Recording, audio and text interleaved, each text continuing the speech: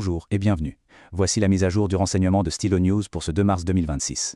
Ce bulletin d'information vous est présenté par ProWave AI. Il propose une analyse factuelle des événements mondiaux, une analyse qui s'appuie sur les données de Stylo Intellops, la plateforme d'intelligence artificielle qui est aussi le moteur de Stylo News. La question centrale aujourd'hui est comment, en l'espace de 14 jours seulement, l'échec diplomatique et une montée en puissance militaire ont-ils pu plonger toute une région dans une crise majeure? Pour y voir plus clair, il faut revenir sur la chronologie précise des faits. Tout s'est accéléré à la toute fin du mois de février, avec une montée des tensions particulièrement rapide. L'enchaînement des événements a été, c'est vrai, remarquablement rapide. Le 20 février, on a ce signal de l'Iran, sa volonté de fermer le détroit d'Ormuz, une artère absolument vitale pour le commerce mondial. La réponse ne se fait pas attendre. Dès le lendemain, le président Trump fixe un ultimatum. La tension monte encore d'un cran, le 24, quand l'Inde conseille à ses ressortissants d'évacuer. Tous les espoirs se tournent alors vers Genève, le 26, mais l'échec de ces pourparlers, le 27, a vraiment laissé le champ libre à une confrontation. Et pendant que la diplomatie tentait sa chance, en coulisses, les préparatifs militaires s'intensifiaient. On a vu le déploiement de 2 groupes aéronavals américains, celui de l'USS Gerald R. Ford et de l'USS Abraham Lincoln, accompagnés d'escadrons de chasseurs furtifs. Ils se sont positionnés tout autour de l'Iran, créant une présence militaire vraiment sans précédent dans la région. Au cœur du problème, il y avait vraiment 2 positions irréconciliables. D'un côté, les États-Unis et Israël qui exigeaient l'arrêt total de l'enrichissement d'uranium et des programmes de missiles, considérant cela comme une menace crédible. Et de l'autre côté, l'Iran qui voyait ces demandes comme une menace existentielle et qui affirmait le caractère pacifique de son programme, tout en avertissant qu'il y aurait des représailles sévères.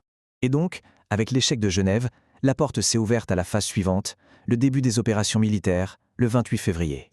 L'assaut initial a été d'une ampleur considérable. Il faut s'imaginer qu'en l'espace de 12 heures à peine, près de 900 frappes coordonnées ont été menées. Ces frappes visaient des infrastructures considérées comme stratégiques.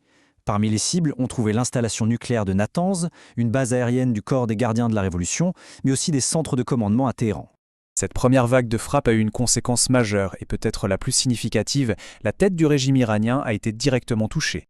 En effet, une information a très vite été confirmée par de multiples sources de renseignements. Les frappes menées sur Téhéran ont entraîné la mort du guide suprême iranien, l'ayatollah Ali Khamenei, ainsi que celle de plusieurs hauts responsables de la sécurité. La justification de Washington n'a pas tardé. Le président Trump a qualifié l'opération d'acte de justice pour les millions de personnes qui ont souffert, décrivant Khamenei comme un mal historique. Dès le lendemain, le 1er mars, la région est entrée dans une phase de grande incertitude, une véritable tourmente. La réaction de l'Iran a été immédiate et elle s'est jouée sur plusieurs tableaux. D'abord, une riposte militaire. Le corps des gardiens de la Révolution a lancé des attaques de missiles et de drones. Ensuite, une action stratégique. Le détroit d'Ormuz a été bloqué au trafic. Il y a eu aussi des répercussions mondiales avec de vastes manifestations de condamnation.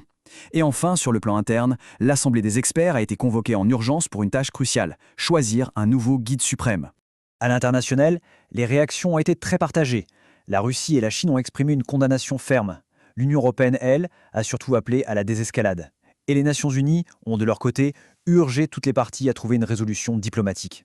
Tout ceci nous amène donc à la question de fond. Que va-t-il se passer maintenant? Quel avenir pour l'Iran et pour la stabilité de toute la région? L'Iran, post-frappe, se trouve à la croisée des chemins. Est-ce qu'on se dirige vers un vide du pouvoir ou au contraire vers un contrôle renforcé du corps des gardiens de la Révolution?